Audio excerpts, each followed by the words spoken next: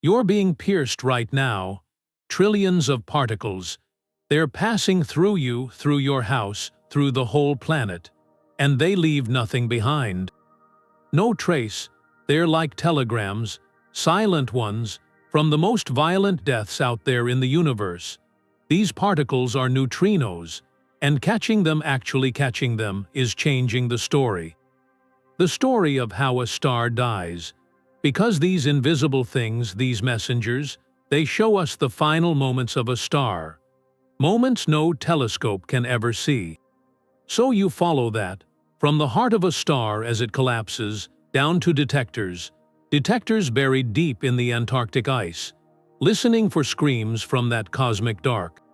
And you ask, what can a whisper from a dying star tell you about where the elements come from, about our own place in all this?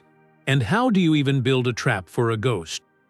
The answers, they show a universe that's connected to us, in a way that's intimate and completely invisible. So what does it mean, then, to live in a sea of stories?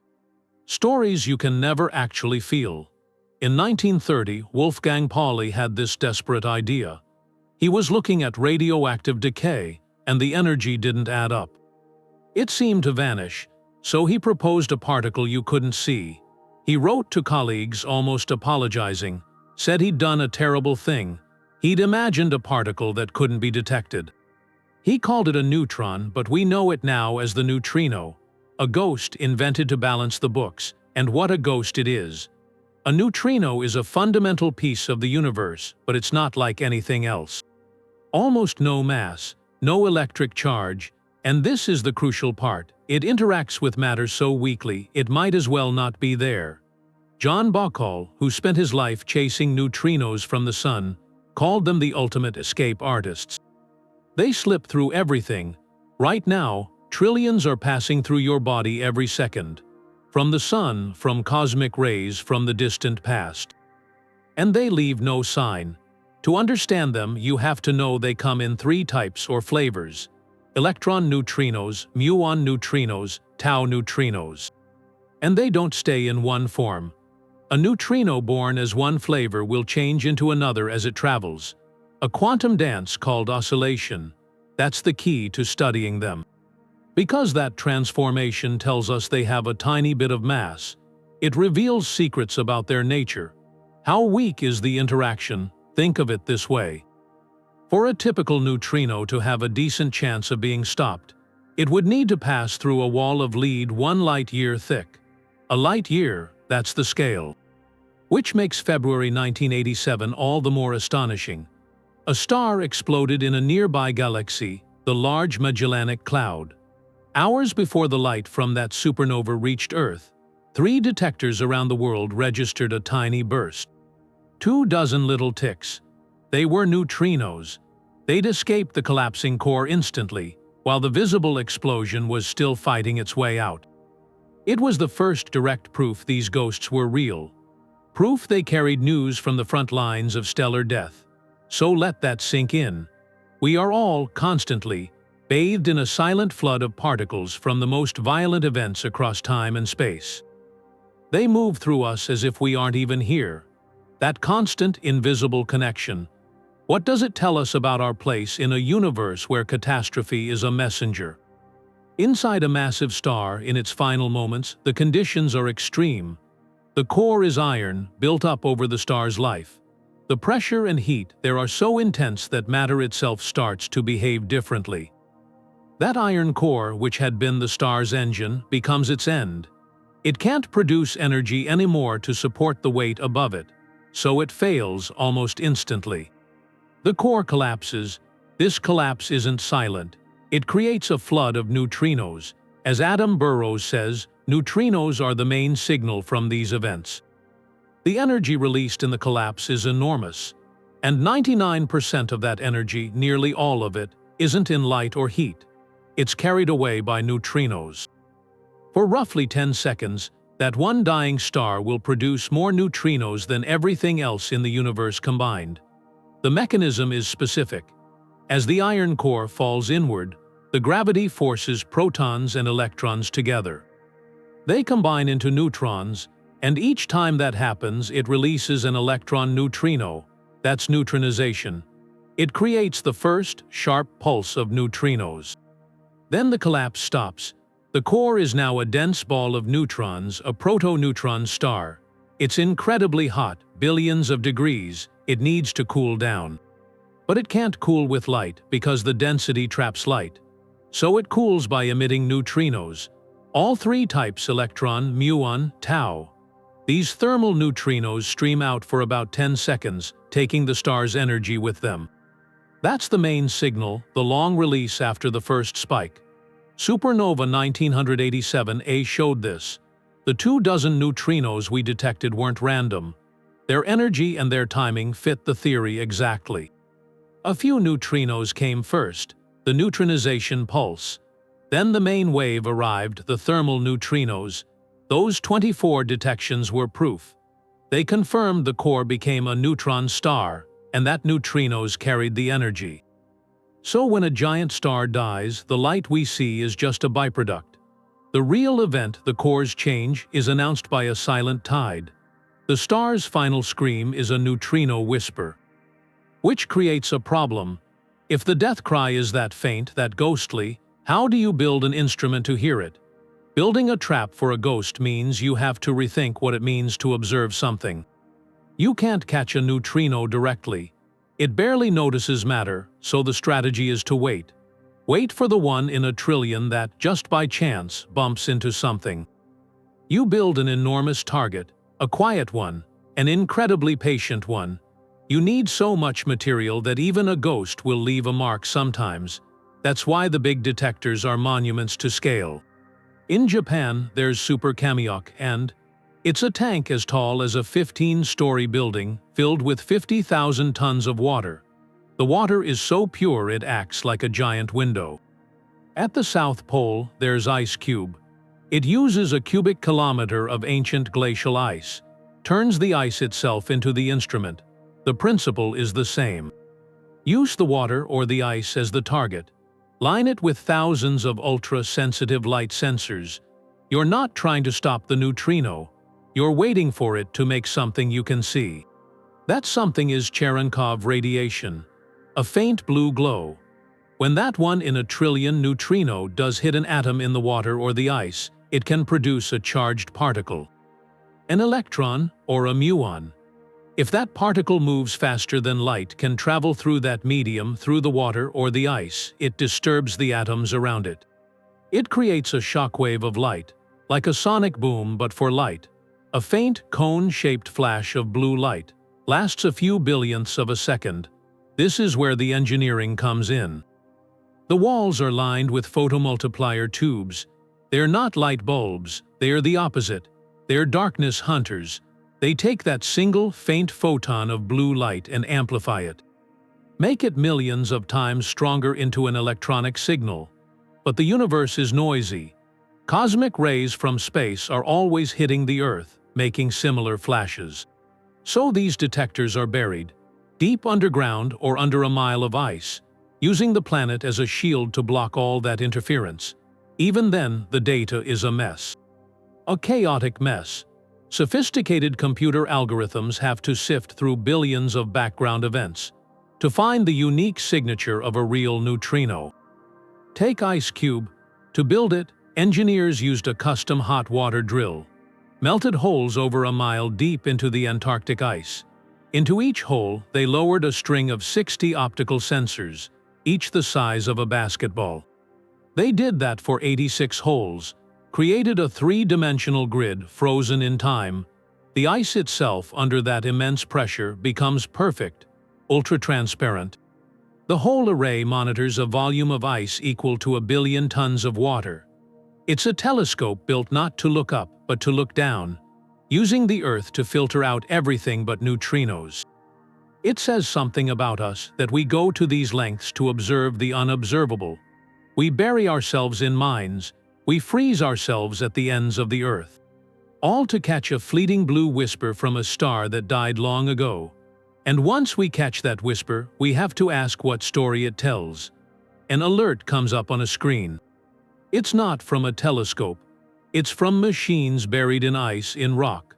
A coordinated ping from detectors across continents. A star in our galaxy has just died. And we know about it hours before the light show even starts. That's the Supernova Early Warning System, SNOOZE. It links neutrino observatories around the world.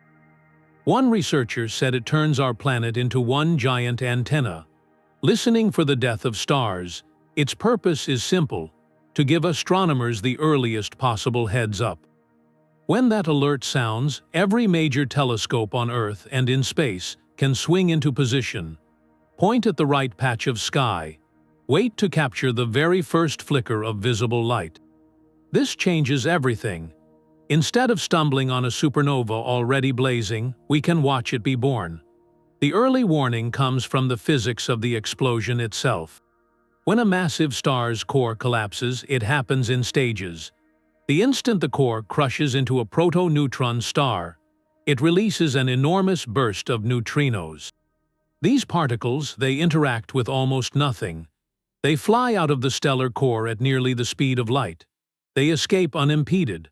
For them, the star is already transparent. But the brilliant flash of light, the one we associate with a supernova, that comes from a different process. It comes from the shockwave.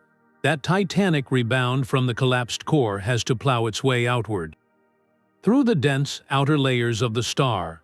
This takes time, hours. It's a brutal, slow-motion fight against gravity and matter. Only when that shockwave finally bursts through the star's surface does it heat the material to incandescence, creating the first visible light. That moment is called shock breakout. So the timeline is clear. First, the neutrino pulse, a silent scream that reaches us in minutes.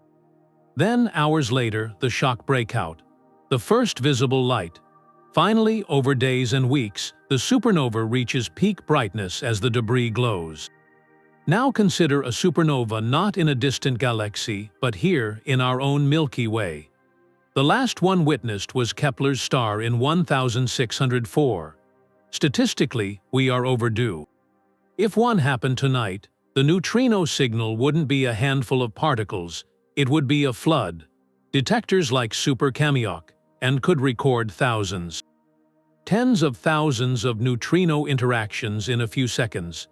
This single event would provide more data on stellar collapse than all previous observations combined.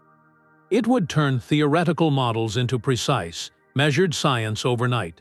You could be part of the generation that witnesses this. Your first indication wouldn't be a new star in the sky. It would be a news alert, sourced from deep underground and the polar ice, telling the world where to look. Guided by these ghostly particles, we would all turn our eyes upward, waiting for the light of an ancient star's end to finally reach our eyes. And within that torrent of neutrinos, every single one carries a detailed message about the chaos it came from. That flood of neutrinos, it's more than just a siren. It's like a detailed scan, a medical scan of the star's final heartbeat. Each particle has a signature. It comes from the extreme conditions inside the collapsing core. So we read the energy, the timing, the flavor of the neutrinos we catch, and we can reconstruct the physics. The hidden physics of the explosion. An astrophysicist would say neutrinos are our only direct probe. Our probe into the neutron star equation of state. That's a fundamental rule. It describes how matter behaves at densities that high. A teaspoon would weigh billions of tons, and it determines what happens. Whether the collapsed core becomes a neutron star, or something even denser. The neutrinos streaming out hold that answer. Then there's a crucial concept. The neutrino-driven wind. In the seconds after collapse, the newborn proto-neutron star is unbelievably hot. It radiates neutrinos, all flavors with tremendous power. And it's not a one-way escape. Some of these neutrinos interact. They interact with the hot, dense matter just outside the core. They deposit energy. Like a cosmic pressure cooker, heating the material and pushing it outward. That wind is thought to be critical. It helps power the supernova explosion itself. It makes sure the star's outer layers are blasted into space. But its role goes further.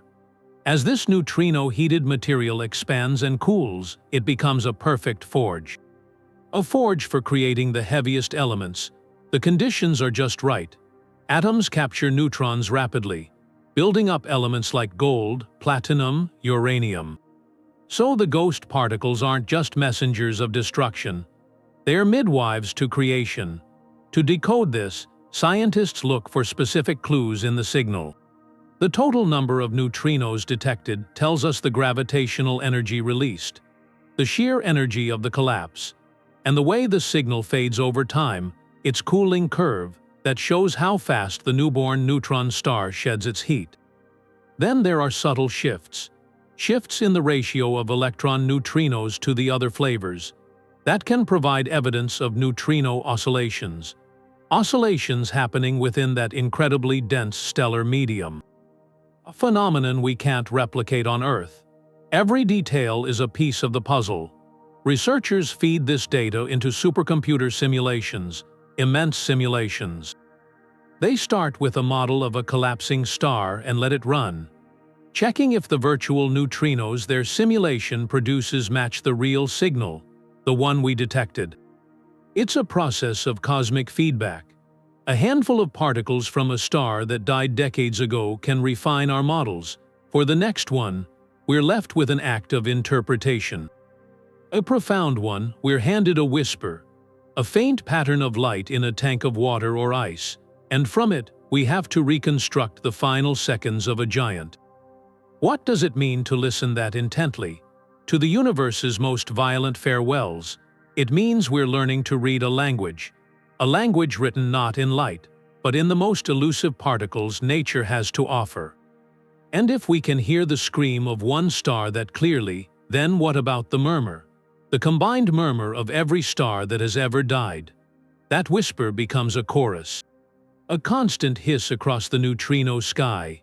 It's a background glow. Not from one nearby explosion, but from every core collapse supernova that's ever happened. Every giant star that's died since galaxies began to form. That's the diffuse supernova neutrino background, a fossil record. A cosmic fossil of stellar death through all of time. It's the combined echo of billions of cataclysms, reaching us now as a steady rain. A rain of low-energy particles. The theorists who first calculated it called it a census. A direct census of the historical rate of star formation and death. Measuring its strength isn't just counting explosions. It's reading the autobiography of the universe's stars. A story written in ghost particles. The principle is simple. A supernova in a distant galaxy sends out its flood of neutrinos. By the time that flood reaches us across billions of light years, it has spread out. Then to a barely perceptible trickle. Detecting one individual trickle is impossible now. The signal is too weak. But if you add them all up, every trickle from every supernova in every direction across all of cosmic history. That integrated signal, the sum of all those faint whispers, creates a diffuse background, a measurable glow. The energy of these neutrinos is specific.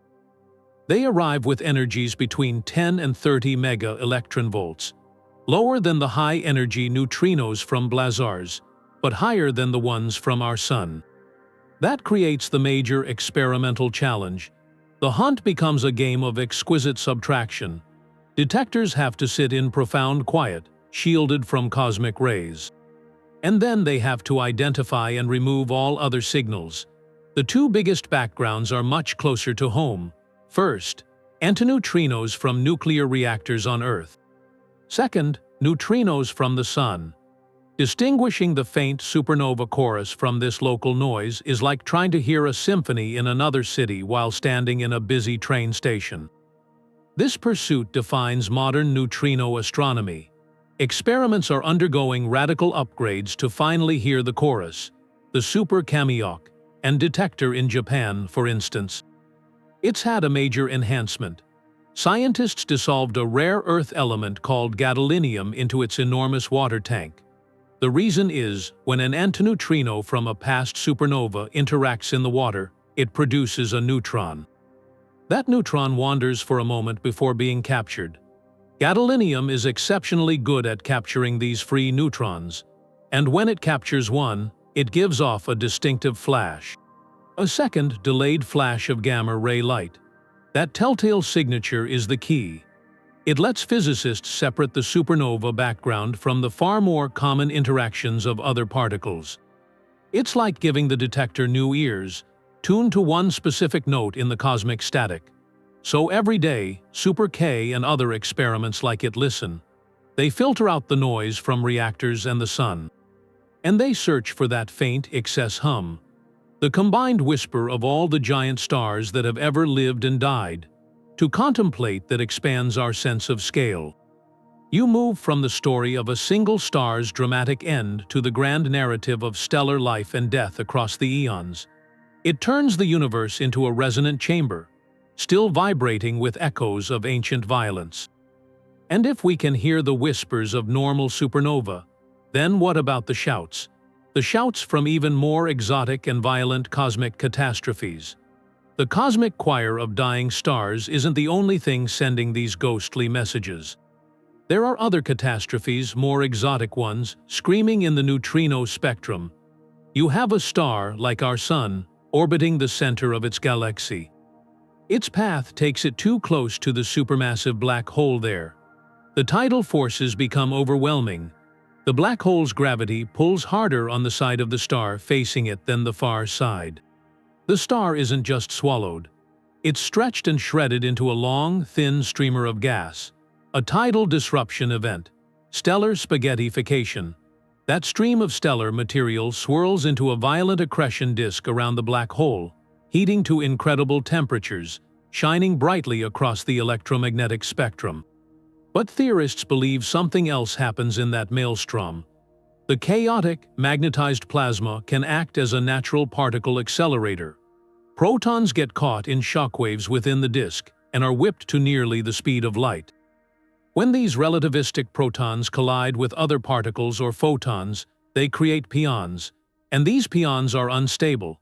They decay almost instantly, producing a burst of high-energy gamma rays and, crucially, high-energy neutrinos. The same basic particle physics engine is thought to roar to life in another event, the merger of two neutron stars. These ultra-dense stellar corpses spiral together and collide, creating a brief, hypermassive object surrounded by a swirling torus of neutron-rich material. The conditions are so extreme that protons, again, can be accelerated to phenomenal energies. The resulting neutrino burst would be fleeting, but incredibly powerful. Proponents of multimessenger astronomy speak of these events as the ultimate cosmic puzzles. To solve them, you need every piece of evidence. The light tells you about the thermal aftermath, the chemical elements forged. Gravitational waves detected from mergers reveal the precise dynamics and masses of the objects, and a neutrino detection would be the smoking gun. It would pinpoint the moment and location where particle acceleration is happening at its most ferocious, deep inside the engine that light cannot escape from. The neutrino signature from these events is distinct from a supernova's. Supernova neutrinos are lower in energy, born from thermal processes in a hot, dense core. Neutrinos from tidal disruption events or mergers are the products of violent particle acceleration. They would arrive with energies millions, even billions of times higher. And they might come with a clear, simultaneous signal in other messengers.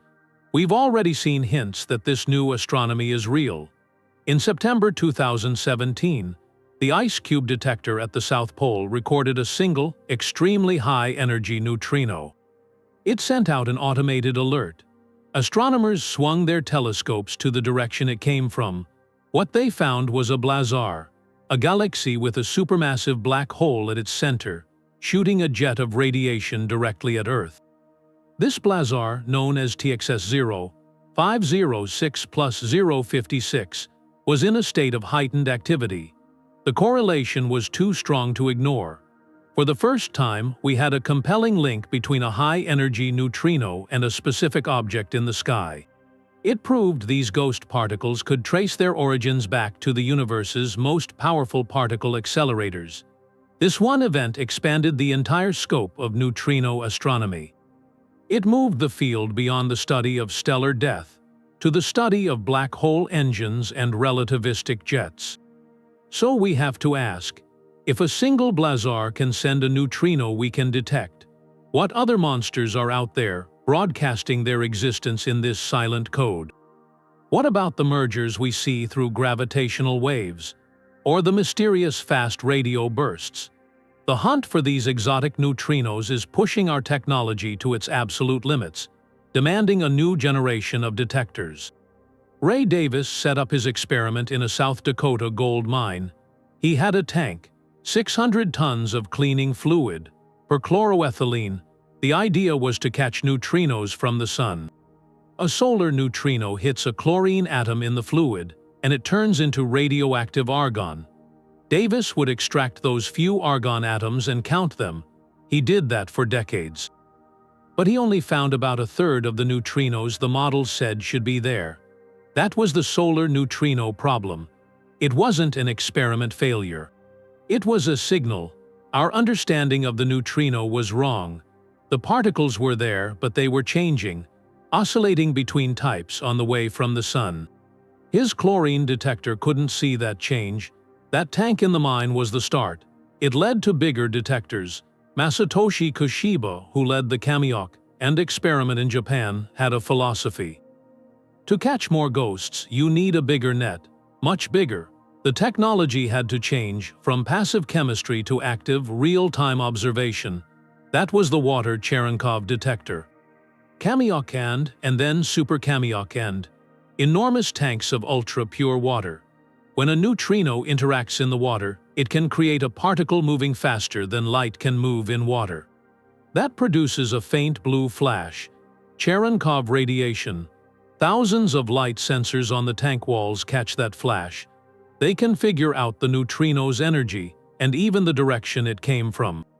This wasn't just counting atoms anymore. It was watching the ghost shadow.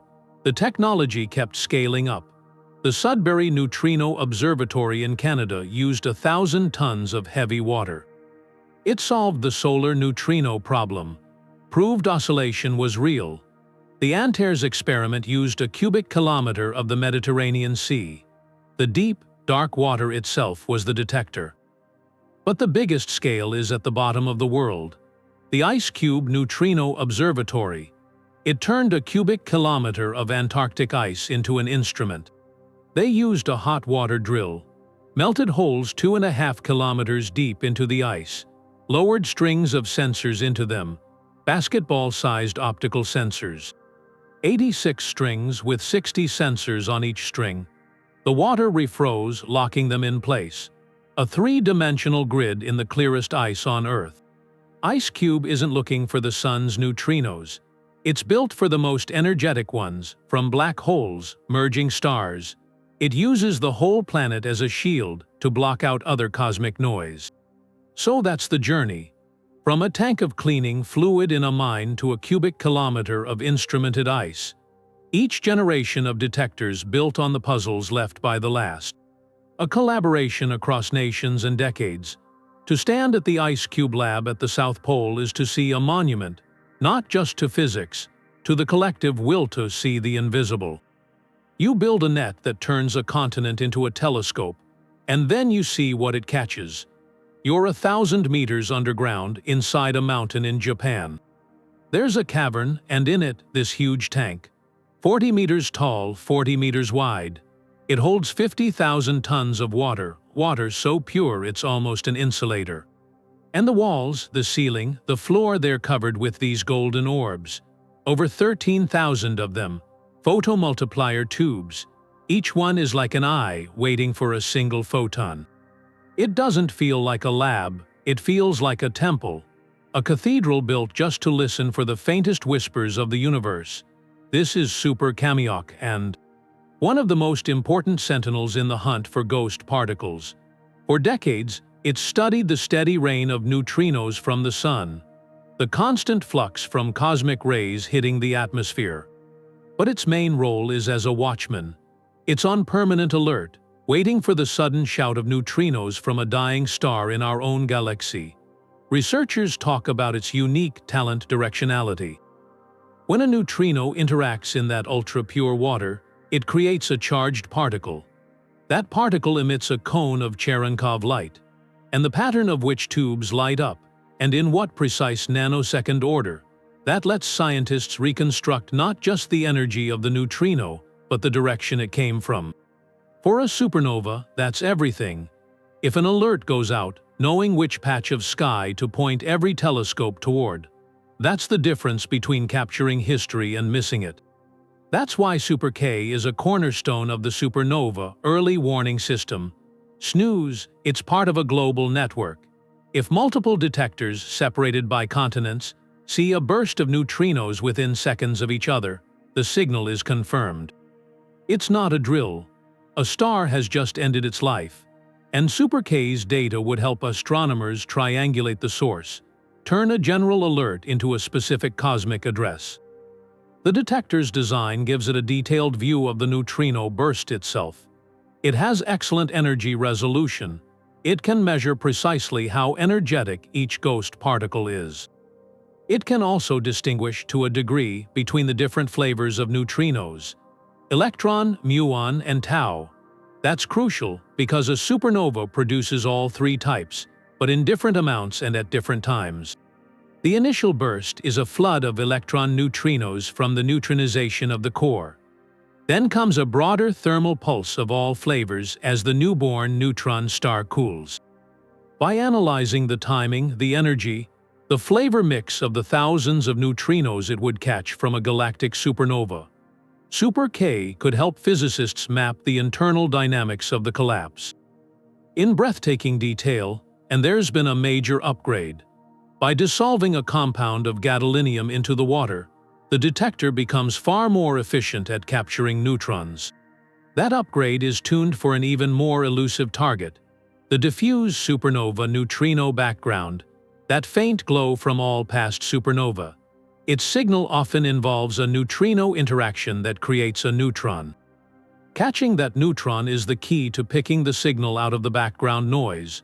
Super K has already written its name in the history books.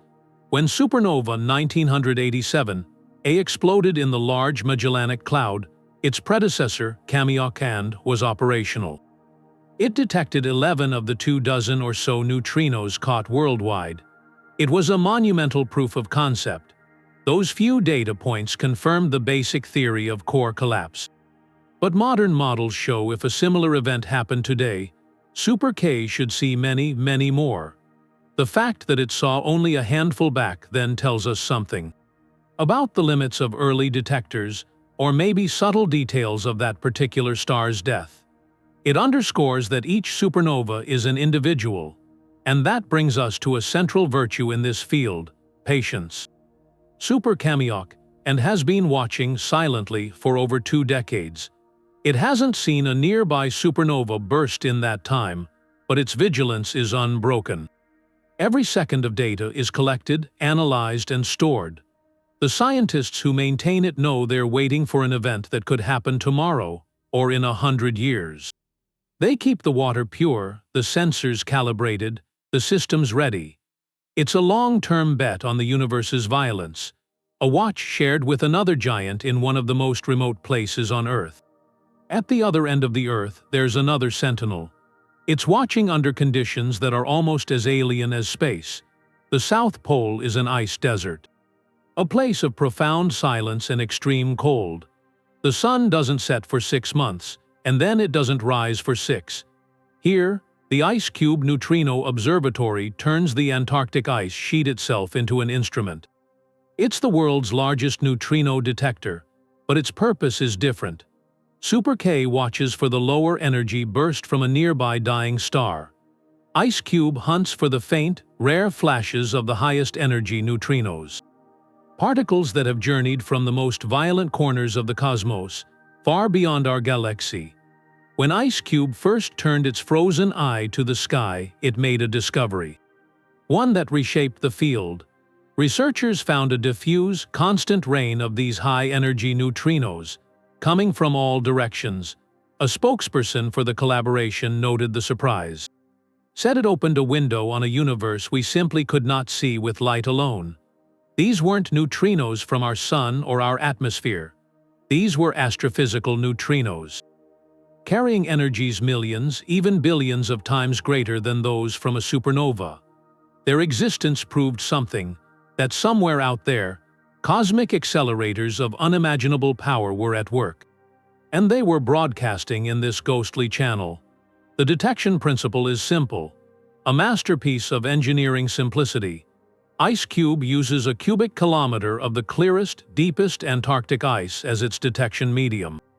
Engineers used a hot water drill. They melted 86 holes, each over 2,400 meters deep. Into each hole, they lowered a string of 60 basketball-sized optical sensors. Called digital optical modules, these were then frozen in place, permanently embedded in the ice. The result is a three-dimensional grid, over 5,000 light sensors, spanning from 1,450 meters to 2,450 meters below the surface. When an ultra-high-energy neutrino from deep space interacts with an atom in the ice, it can produce a charged particle. Like a muon, that particle moves faster than light can travel through the ice. It creates a cone of blue Cherenkov radiation. The embedded sensors detect this faint light. By timing its arrival to within nanoseconds across the entire grid, scientists can reconstruct the particle's path, its energy. They can even trace its direction back to a point of origin in the sky. This capability led to a landmark moment. In September 2017, IceCube detected a single, spectacularly high-energy neutrino. It was given the designation IceCube 170,922A. An alert went out to astronomers worldwide within minutes. Telescopes swung to look at the patch of sky it came from, and there they found a known blazar, a supermassive black hole at the heart of a distant galaxy, shooting out a jet of radiation pointed almost directly at Earth. This blazar was named TXS 0506+056. It was in a period of intense flaring activity. For the first time, a high-energy neutrino had been convincingly traced back to a specific astrophysical source. This was the breakthrough of multimessenger astronomy in action. A ghost particle and a flare of gamma rays telling the same story, the story of a monstrous cosmic engine. There's a profound poetry in this setup. The ice that holds IceCube's sensors is ancient, some of it hundreds of thousands of years old. It's pristine, formed from snowfall that accumulated over eons. This ancient, frozen medium, isolated at the bottom of our world, now serves as a canvas upon which the universe paints its most energetic and fleeting signatures. It bridges the deepest quiet of our planet with the most violent processes imaginable. Black holes tearing stars apart, jets of matter moving at nearly the speed of light, shocks from supernova remnants. These colossal events leave a faint, icy whisper in the Antarctic dark, a whisper we have only just learned to hear. And as we listen, we're already planning how to hear even more. With a new generation of detectors, ones that promise to turn these whispers into a clear, detailed story. The next time a star dies in our galaxy, our current detectors might catch a few thousand interactions. But the next observatories will see a flood, a storm of data, turning a few snapshots into a high-definition film of a stellar core's final seconds. That's the promise of these colossal new detectors being built now. In the United States, there's the Deep Underground Neutrino Experiment, DUNE. It's being built over a mile underground, in an old gold mine in South Dakota. Its modules will be filled with liquid argon, an ocean of it kept cryogenically cold. And across the Pacific in Japan, the Super-Kamiokande project is excavating a cavern next to its predecessor. It will hold 260,000 tons of ultra-pure water. That's over 5 times the volume of Super-K. The leaders of both projects talk about a revolution in precision. They're not just building bigger traps for ghosts. They're building instruments that can read the full story written in every neutrino's arrival. DUNE technology is extraordinary. It uses liquid argon time projection chambers. Here's how it works.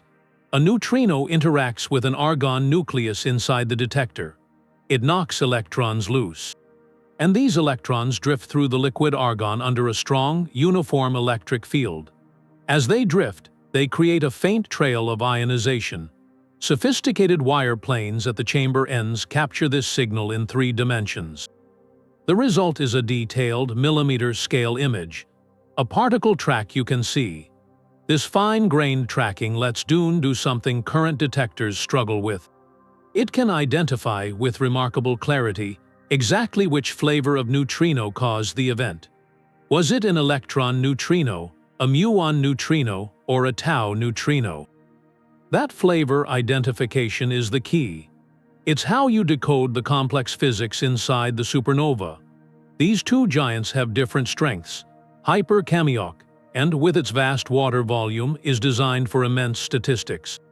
It will catch an overwhelming number of neutrinos from a galactic supernova, giving an exquisitely detailed picture of the overall burst. Its strength is in counting, timing, and measuring the broad energy spectrum with precision. DUNE, with its precise tracking, excels at forensic detail. It will dissect individual interactions. It can see the subtle differences in how different neutrino flavors behave in the collapse. It's the difference between having a million-point survey of a city from the air and having detailed blueprints of a few key buildings. Computer simulations show what this combined power could reveal. If a supernova explodes in the Milky Way, data from these detectors could let scientists distinguish between competing models of how the explosion works. Does the shockwave stall and require neutrino reheating to push outward? The timing and energy of the detected neutrinos will tell us. We could watch, in data, the proto-neutron star cool and settle. We might even see the signature of a black hole forming if one occurs. The reach is staggering. Simulations suggest Super-Kamiokande and could detect the combined neutrino signal from a core collapse supernova in the Andromeda galaxy. Our nearest large galactic neighbor, 2.5 million light-years away. That signal would be a whisper within a whisper, but it might be within reach. This moves us toward a future where neutrino astronomy isn't a rare, exotic event. It becomes a standard tool, a routine way of observing the hidden hearts of cosmic cataclysms. And what it means for discovery, when the silent screams of dying stars become a language we can read as fluently as starlight. We build these giant detectors to listen for the screams of dying stars. But we learned how to listen on something much closer. Our own sun. It's a steady source, a fountain of low-energy neutrinos coming from the fusion that lights it up. That constant stream from our backyard star, it wasn't just a curiosity, it was the training ground. It taught us how to trust our detectors. More than that, it taught us how to understand neutrinos themselves. You have to understand the steady voice of a healthy star before you can make sense of a supernova's scream. The sun's core is an engine. Every second, it fuses hundreds of millions of tons of hydrogen into helium. And every one of those reactions releases neutrinos. These solar neutrinos escape the core in just over 2 seconds. They come straight to Earth. They're a real-time probe. A direct look at the solar furnace as it is now, not as it was thousands of years ago when the light began its journey out. This whole field started with a puzzle. One that baffled everyone for decades. It began with an experiment deep in the Homestake gold mine in South Dakota. Ray Davis led it. His detector was a huge tank of cleaning fluid, built to catch electron neutrinos from the sun. But it found only about a third of what the solar models predicted. That was the solar neutrino problem. For years, the debate went on. Was our model of the sun wrong, or was our model of neutrinos wrong? The answer won Davis and others the Nobel Prize, and it was revolutionary. The neutrinos weren't missing, they were changing. On that 8-minute trip from the sun to Earth, electron neutrinos were oscillating, turning into muon and tau neutrinos that Davis's detector couldn't see. That was the definitive discovery of neutrino oscillation. It proved neutrinos have mass. It shook particle physics, And it solved the puzzle. The Sun was making exactly the number theorists expected. Our detectors just had to learn how to see all the flavors. That history is everything. By studying the Sun's predictable output, we calibrated our instruments, we calibrated our theories, we learned how to account for oscillation over a known distance. We refined our models of the Sun's interior to an incredible precision. Experiments like Borexino, a sphere of ultra-pure liquid buried under an Italian mountain. They've now measured the different parts of the solar neutrino spectrum with breathtaking accuracy. Borexino can distinguish neutrinos from the main proton-proton chain from ones made by the more subtle CNO cycle. That's like listening to an orchestra and picking out the sound of a single violin section. These measurements constrain our solar models so tightly. They tell us exactly what's happening 150 million kilometers away, in real time. That calibration work is the bedrock. It's what supernova neutrino astronomy is built on. The painstaking understanding of how neutrinos behave, how they interact in a detector, how to interpret their signals. All of that was forged in the steady light of our Sun. So when a frantic burst arrives from a collapsing star, we're not starting from zero. We have a reference manual. We know how our detectors respond. We understand the baseline. So the story comes full circle. The gentle, life-giving neutrinos from our Sun teach us how to read the violent, death-signaling neutrinos from distant stars. One process gives us the foundation to understand the other, connecting stellar birth to stellar death with a single, invisible thread. And that thread leads to an even more astonishing connection. Because those violent deaths, guided by neutrinos, are what create the very elements that make our world, and us. For centuries, alchemists tried to turn lead into gold. They were looking in the wrong place. The real alchemists are stars when they die. Their secret ingredient is a ghost. Inside a supernova, or when two neutron stars crash together, the conditions are there. They can make the heaviest elements, and neutrinos are the chemists. They stir the pot. This recipe is called the rapid neutron capture process, the R process. It's how the universe builds atoms heavier than iron. Think of an atomic nucleus like a table. Iron is at the head. To build something heavier, you need more protons and neutrons. But adding protons is hard. They repel each other. The R process goes a different way. It floods a nucleus with free neutrons, a dense torrent of them. The nucleus grabs them incredibly fast. It becomes unstable, radioactive, then it decays. Some of those neutrons turn into protons, and you've climbed the periodic table. This process makes about half of all elements beyond iron. Gold, platinum, the uranium in some reactors. All of it comes from these brief, catastrophic events. But for the R process to work, you need two things: an absurdly high density of free neutrons and a way to get them. That's where the ghost particles come in. Astrophysicist Gail McLaughlin describes it. In these extreme places, neutrinos don't just carry energy away. They reshape the material around them. In the seconds after a core collapses, the new proto-neutron star is blazing hot. It sends out a tremendous flood of neutrinos, all flavors. This isn't just a one-way trip out. Some of these neutrinos, especially the electron antineutrinos, they interact. With the hot, dense soup of matter blowing off in the explosion, they strike protons and convert them into neutrons. That's the key act. It's called neutronization. This creates the neutrino-driven wind. Picture it. Intense neutrino radiation, blowing like a fierce wind off the surface of the seething neutron star. This wind heats the expanding ejecta, and through those interactions it loads it with neutrons. The conditions have to be just right, the right temperature, the right density, the right neutrino energy. If the wind is too slow or too fast, the R process doesn't happen. Computer models show this. Tweaking the neutrino properties changes the entire elemental yield. More energetic neutrinos might produce a wind that makes more platinum. A different mix might favor gold. It's a delicate balance, tuned by neutrinos. So the next time you hold a piece of jewelry, consider its journey. The gold in a wedding ring likely began billions of years ago, in a neutrino-bathed wind, blowing from the corpse of a massive star. That tangible metal in your hand was forged in a ghostly gale. It's a direct, physical link between us and the most violent events in the cosmos. This connection forces a shift in perspective. We are not just observers of the universe. We are literally made from its ashes, assembled by particles that pass through us without a trace. That gold in your hand isn't just a relic. It's a question. It asks what it means that our own substance and the space we move through is woven through with the debris of stellar violence. And this is where the physics of ghost particles becomes a kind of philosophy. Because our normal perception tells us one story. The floor is solid, the air is empty. You are here and a dying star is over there, separate. Neutrino astronomy undoes that story. Carlo Rovelli talks about this.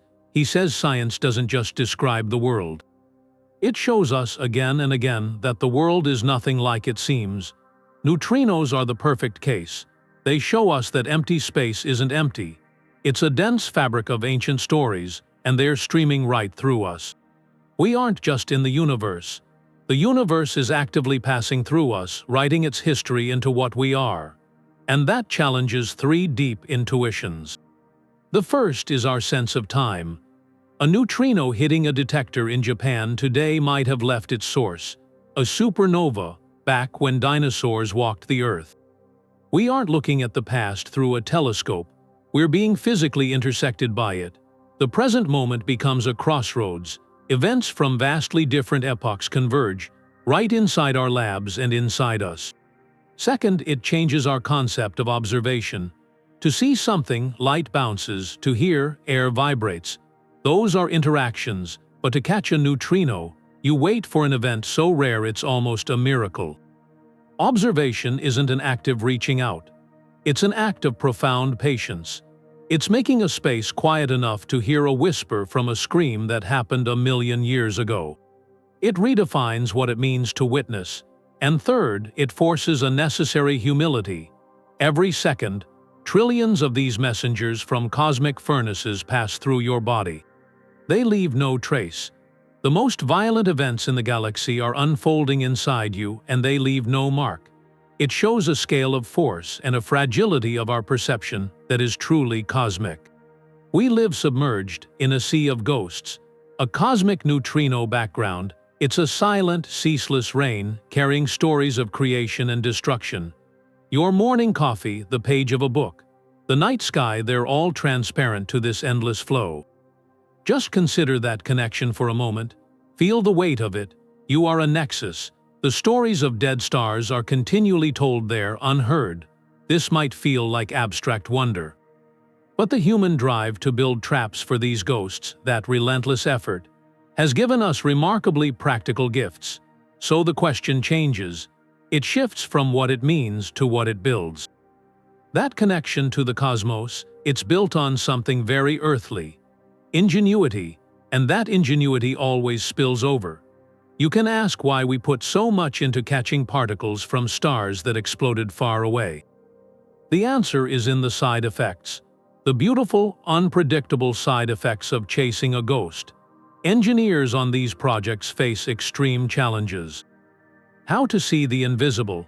How to measure something nearly imperceptible in a world full of noise. Solving those problems forces leaps in technology. Leaps that find uses far beyond a mine shaft or the polar ice. One project lead said it, "We push the limits of what's possible in sensing, and that push creates tools. Tools to diagnose a patient, to secure a facility. To monitor our planet. Take the applications. To spot the single, faint flash of light from a neutrino, they needed a revolution in light sensors that drove the development of ultra-sensitive photomultiplier tubes. New silicon photodetectors. That same photon-counting technology is now in next-generation medical imaging, PET scanners, allowing earlier, more precise detection of illness. The fight against background noise led to breakthroughs in shielding, in ultra-pure material science, creating thousands of tons of water or liquid argon free of even trace radioactivity, is a monumental feat of chemical engineering. The techniques perfected for that are used to produce the ultra-pure semiconductors in our most advanced electronics. One of the most significant spin-offs is in global security. The fundamental goal is to identify rare particle interactions with extreme sensitivity. That expertise translated directly into incredibly sensitive radiation monitors. Devices inspired by neutrino detectors are now deployed worldwide to monitor nuclear treaties. They can detect the faint signature of nuclear materials from a distance. A silent, persistent watchdog. Even the data analysis is a gift. The algorithms developed to sift a handful of true neutrino signals from an ocean of cosmic ray data are now used in genetics. In finance, in climate modeling, finding subtle patterns in massive, complex datasets, the detectors themselves become dual-use. The water Cherenkov principle isn't just for neutrinos. A similar system, using a water detector, can be placed near a nuclear reactor. It can passively monitor the reactor's power output and fuel composition by detecting the faint glow of antineutrinos it produces. A transparent, tamper-proof way to verify peaceful operations. And in Antarctica, the hot water drilling technology developed to deploy IceCube sensors kilometers deep into the ice has become a tool for glacial researchers. It lets them extract pristine ice cores to study past climates, or place sensors directly into the ice sheet to understand how it is changing. A particle physics tool turned into an instrument for Earth science. So if you follow the path of a neutrino observatory, you find it branching into hospitals, into power plants, into environmental stations. It asks a question. Does the value of understanding the universe lie only in the answer? Or is it also in the new questions we invent along the way? And the new capabilities?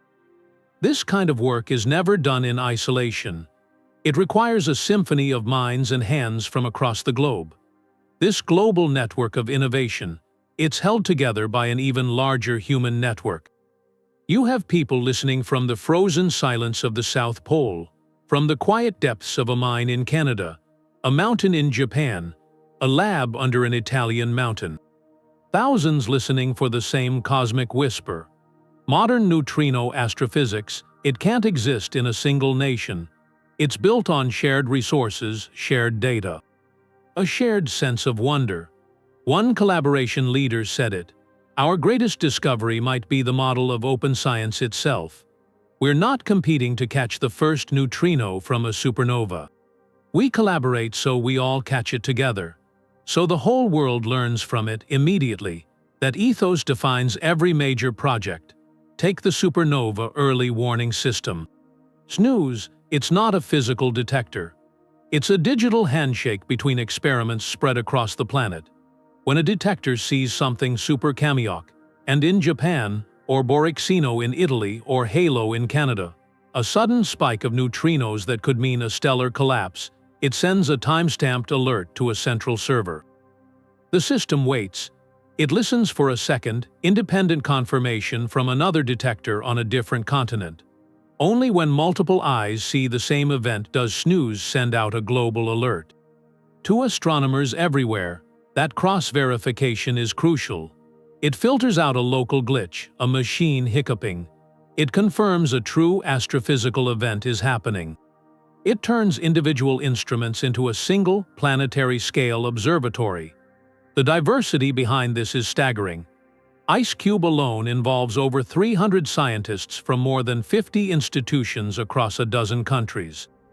The upcoming projects, the Deep Underground Neutrino Experiment, Super-Kamiokande, and they have similar international partnerships. These aren't just names on a paper. They represent decades of work, diplomatic and academic relationship building, scientists and engineers from nations with complex histories working side by side. United by a puzzle that transcends borders. The coordination for a multimessenger alert shows this beautifully. Imagine a neutrino alert from SNOOZE flashes. Within seconds, automated systems ping observatories in space swift, Fermi. On the ground, robotic optical telescopes swivel to the approximate patch of sky. Radio telescope arrays tune in. And most profoundly, gravitational wave detectors like LIGO and Virgo check their data for a coincident ripple in spacetime. This entire sequence, from a particle interaction deep in ice or water to a global observing campaign spanning the electromagnetic spectrum and beyond, it happens in minutes. It's a ballet of international protocols, open data streams, mutual trust. When you step back, it asks a question. In a world often divided, what does it mean that our most successful model for observing the universe's violence is one of profound, peaceful cooperation? This science leaves a legacy, not just of knowledge but of a way of working together. That very success, though, it can sometimes lead to confusion in the public imagination. When something this profound enters the cultural conversation, myths and misunderstandings are never far behind. But that idea of everyone working together, it can get a little fuzzy in the stories we tell. Science fiction, it has this way of taking real particles and giving them these made-up powers. You see it in shows or books where neutrinos become a weapon, or they cause mutations, they set off some kind of doomsday event. And I think it's worth just stepping back for a second. The actual neutrino, the real one, is more interesting than any story, because of what it doesn't do. A physicist once said, if you wanted to use neutrinos as a weapon, you'd have more success trying to stop a tank with a stream of soap bubbles.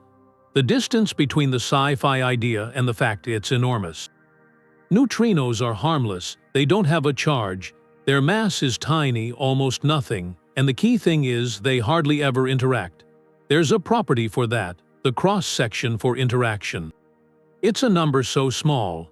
To even have a 50% chance of stopping one typical neutrino, you'd need a wall of lead, about a light-year thick.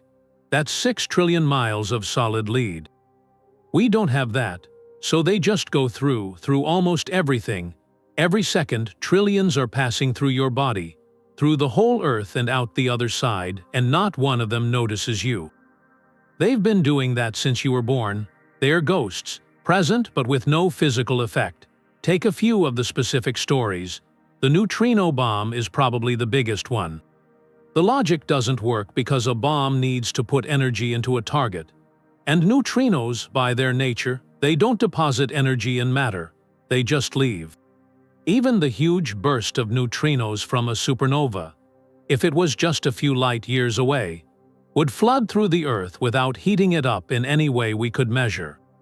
Another story is that they could mess with electronics or affect human biology. That usually comes from mixing them up with other particles, like neutrons. Neutrons are different. They have mass, they interact strongly, they're part of atomic nuclei. Neutrinos aren't. The chance of a neutrino interacting with an atom in your DNA is so low that in your entire life, you might have 1 or 2 interactions in your whole body. Compare that to the natural background radiation from rocks or cosmic rays, which causes thousands of interactions every second. The neutrino's part in that is nothing.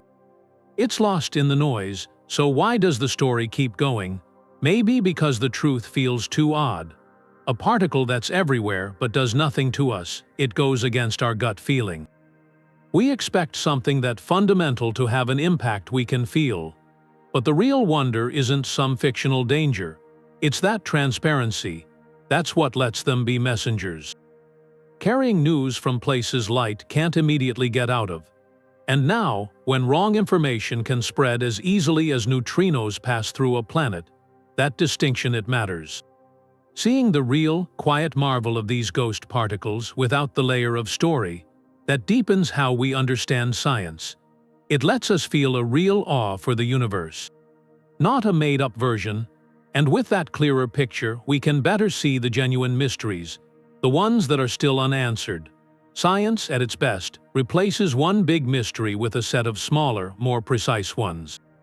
Every discovery with ghost particles just opens up new puzzles. The whole field is really defined by the questions we're desperate to answer now. We've learned just enough to see how much we don't understand. And these aren't small details. They're fundamental gaps in the story of how stars die and how the universe is built. There's this haunting whisper we haven't heard clearly yet. The diffuse supernova neutrino background. It's the fossil glow from every stellar collapse in cosmic history. Pulling that signal from the noise is the challenge. Detectors like Super-Kamiokande are looking, but it sits at an energy where other sources get in the way. Reactor neutrinos from Earth create a troublesome background. Catching it would give us a direct measure, a total count of stars that have ended in supernova over billions of years, a census of cosmic death. Right now, we can only estimate that number indirectly from starlight. Then there's the question of creation.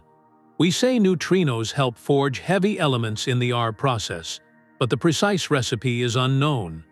How do these particles influence that neutron-rich environment where gold and platinum are born?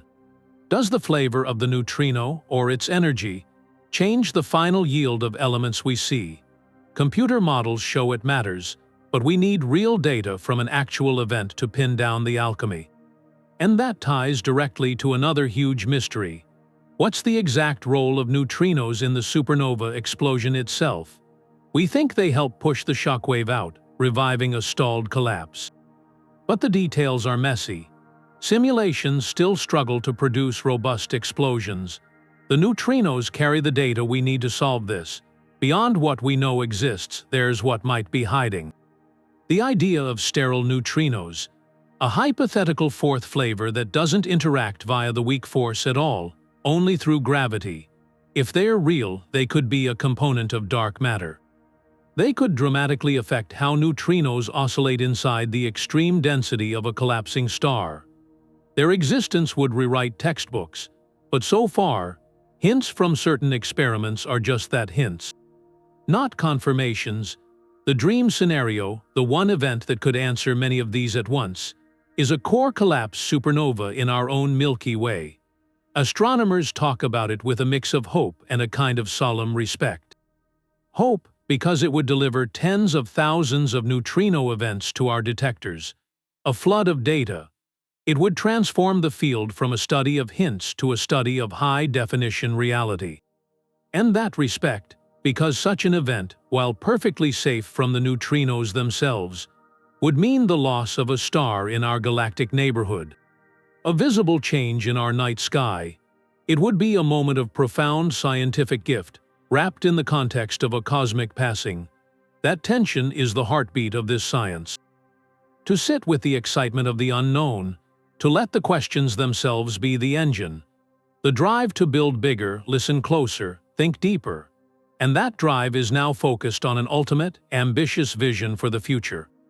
The goal is to see the sky without light, to make a map of the cosmos but drawn with neutrinos, where the brightest points aren't stars, they're the hidden engines of the universe's most violent events. That's the long-term dream, to move from catching rare telegrams to a continuous survey, to have a neutrino telescope with the precision of an optical one.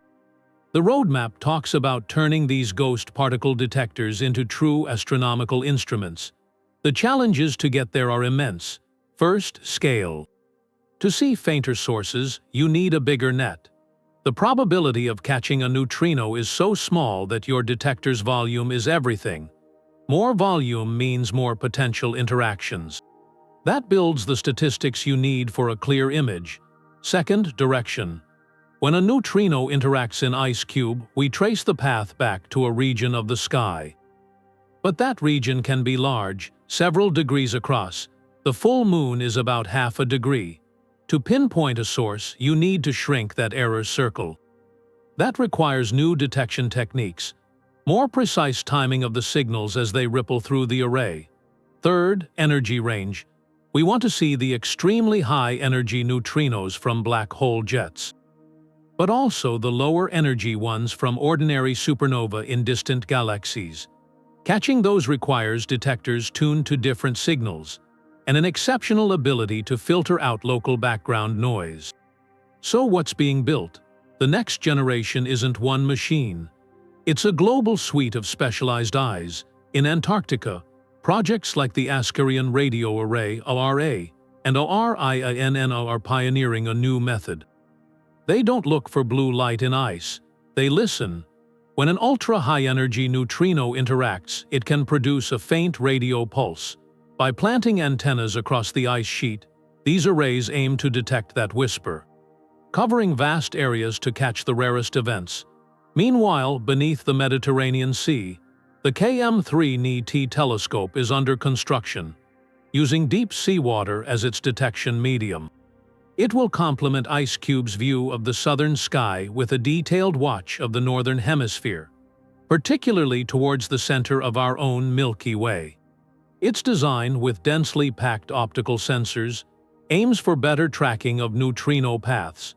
Picture a simulated Neutrino Sky Map from these future capabilities. The familiar band of the Milky Way might glow, not with starlight, but with a collective neutrino fog from countless past supernovae in our galaxy's plane. Individual bright spots would pinpoint active supermassive black holes in distant galaxies, their jets screaming in neutrinos. Supernova remnants could appear as faint, extended smudges.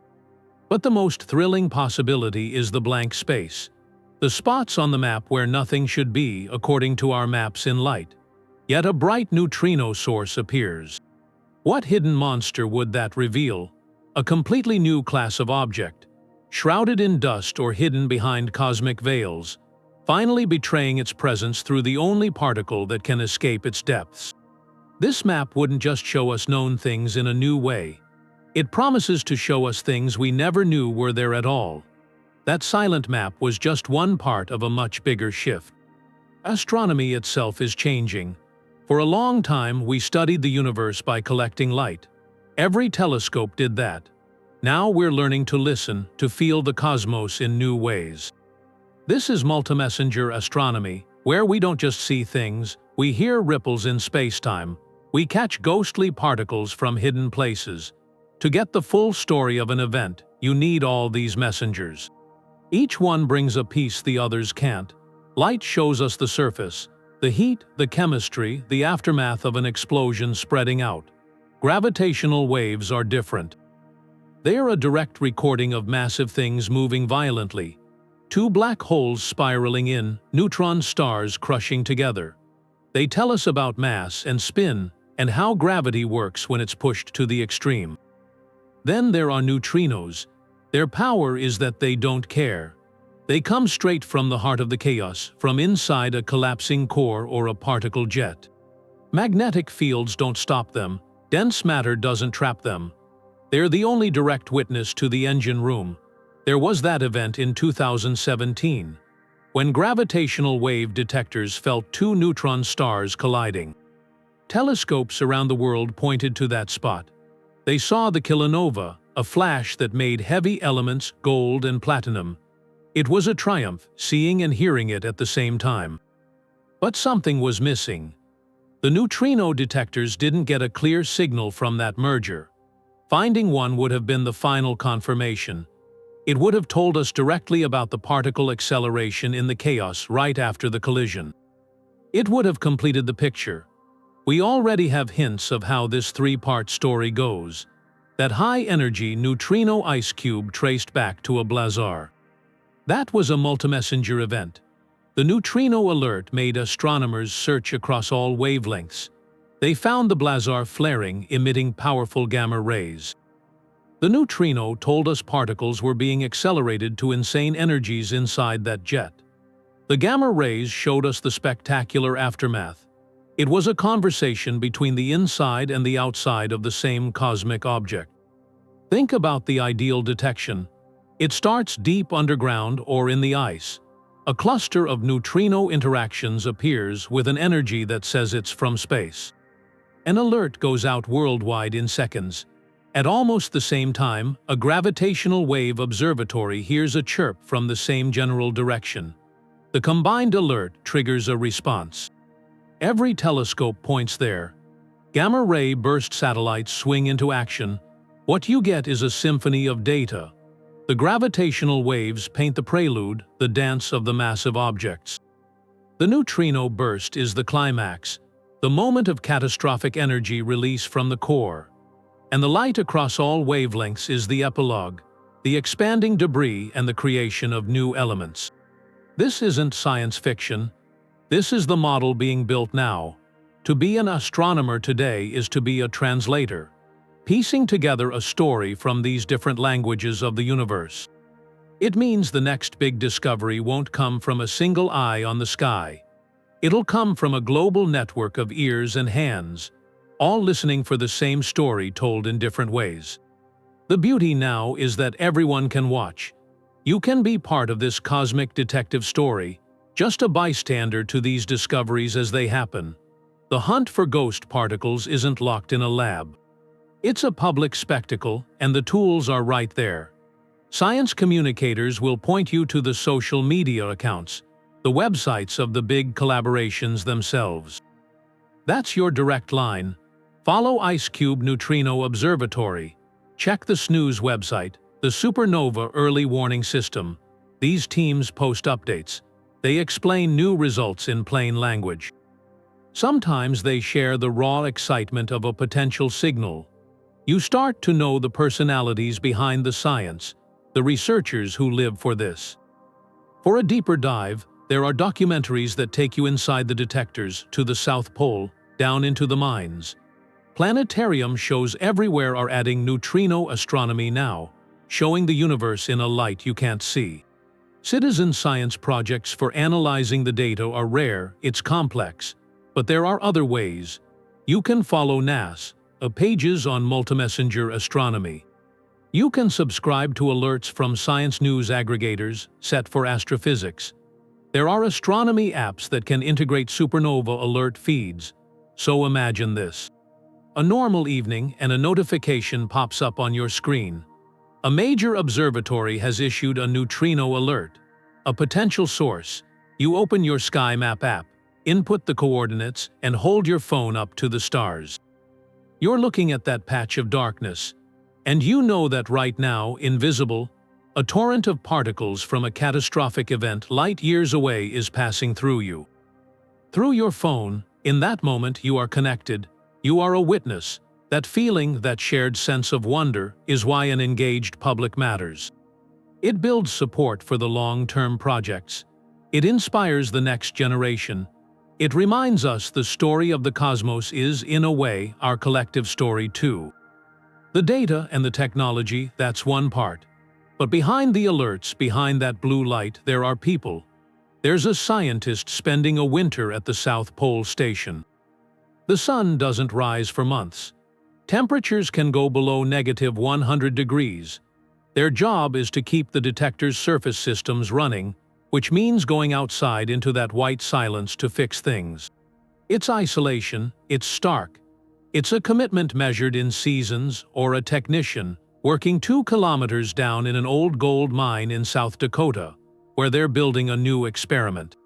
Their world is rock and dust and the hum of machinery. It's far from the cosmic events they're trying to see. These aren't just jobs, they feel like callings. A shared curiosity about how the universe works. An early researcher might describe their day as a mix of the ordinary and the extraordinary. You write code for hours, sifting through petabytes of noisy data, looking for the faint whisper of a neutrino. There are long shifts watching the detector, fixing sensors, joining virtual meetings with collaborators spread across a dozen time zones. The frustration is real. You can go months, sometimes years, without a major astrophysical signal. You're building the most sensitive ears we've ever had, and for a long time you hear nothing. But that silence is a result. It tells you what isn't there, it refines the models, and then there's the camaraderie. This is big science, too big for one person or one country. It takes a global village. You become friends with colleagues from nations whose politics might clash, but in the control room or the chat, you're united by one question. Did we see something? The culture is built on shared purpose. There are traditions like celebrating a successful drill for a supernova alert, a full practice run where every partner telescope activates. The tension in those moments is electric. It's a taste of the real thing, and then there are the real alerts.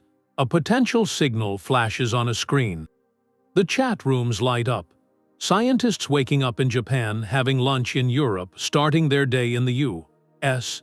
They all converge on the data. The analysis is frantic. Careful, meticulous. The question hangs there, is this it, is this the one? One technician talked about the moment IceCube identified its first confirmed high-energy astrophysical neutrino. The data had been collected, analyzed, reanalyzed. When the probability solidified, the reaction wasn't a shout. It was a quiet, profound stillness in the room. Then a wave of quiet congratulations. A decade of work, frozen cables, software bugs, theoretical calculations. It all crystallized into a concrete piece of the cosmos.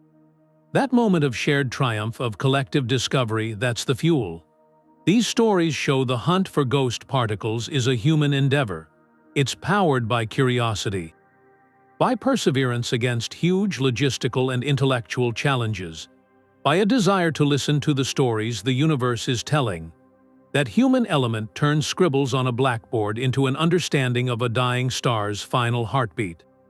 And as our senses reach further into this invisible realm, it's worth pausing to ask what responsibilities come with this new way of seeing. This new way of listening to the cosmos, it brings questions with it. When you build instruments on this scale, with this sensitivity, you're not just an observer anymore. You're a participant. You're in a relationship with the planet and with each other. The ethics are part of the science right from the start. It's in the ground you break and the knowledge you make. You could call it a duty of care. If you're going to pursue knowledge about the universe, you have a parallel responsibility to steward the resources of your own world, to make sure the benefits of discovery are shared widely. That thinking guides the big collaborations from the very beginning.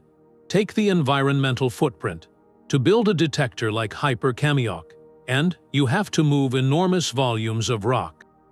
You pour vast amounts of ultra-pure water. For IceCube, they used hot water drills going deep into pristine Antarctic ice. These aren't small interventions. So from the start, these projects invest in environmental impact assessments. They design for minimal long-term disturbance. The ice drilled for IceCube's sensors has refrozen. The glacier is structurally intact. The plans often include full site remediation. So when the science is done, the land can be returned. The goal is to leave no permanent mark, which reflects the transient nature of the particles they're looking for. This stewardship extends to people, to communities. Antarctica is governed by an international treaty for peace and science. Projects operating there, like IceCube, they work within that. They engage with treaty nations. Their presence is meant to support cooperation, not conflict. For detectors built elsewhere, like the deep underground neutrino experiment in a former South Dakota gold mine, collaboration with the local community is essential. That means creating local jobs, supporting education, often opening visitor centers to explain the work. The science doesn't happen in a vacuum, it happens in a place, with a community that becomes part of the story.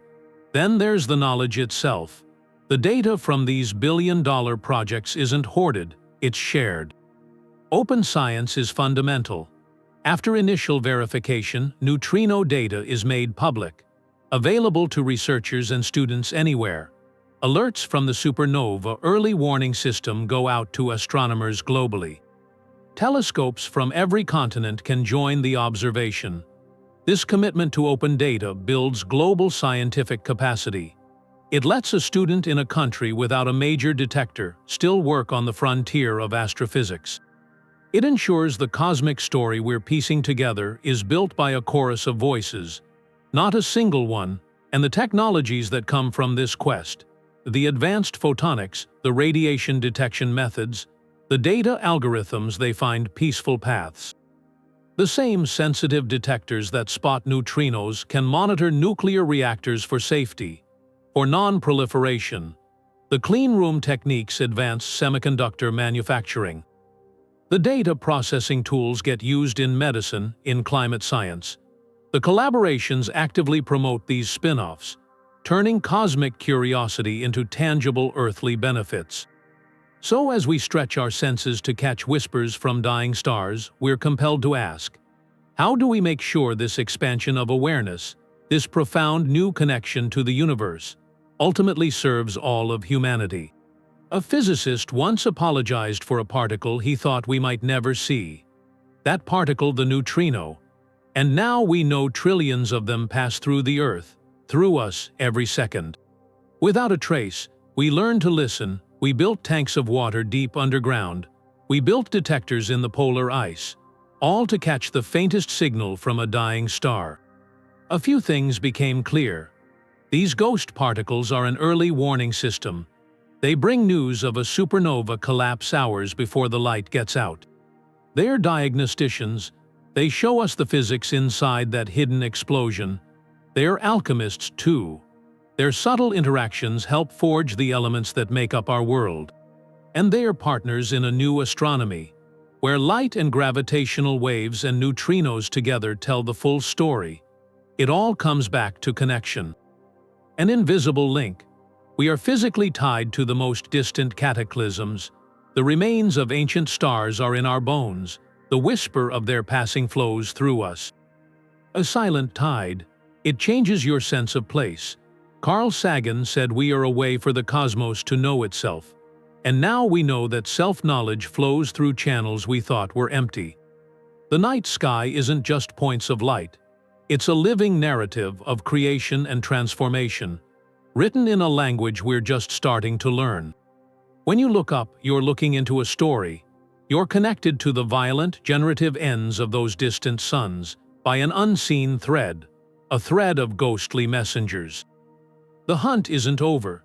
New detectors are coming online. The next great event could happen any moment. You can follow the work, collaborations like IceCube, the Supernova early warning system. The conversation is how we build a community, looking up together, listening for the next whisper from the stars.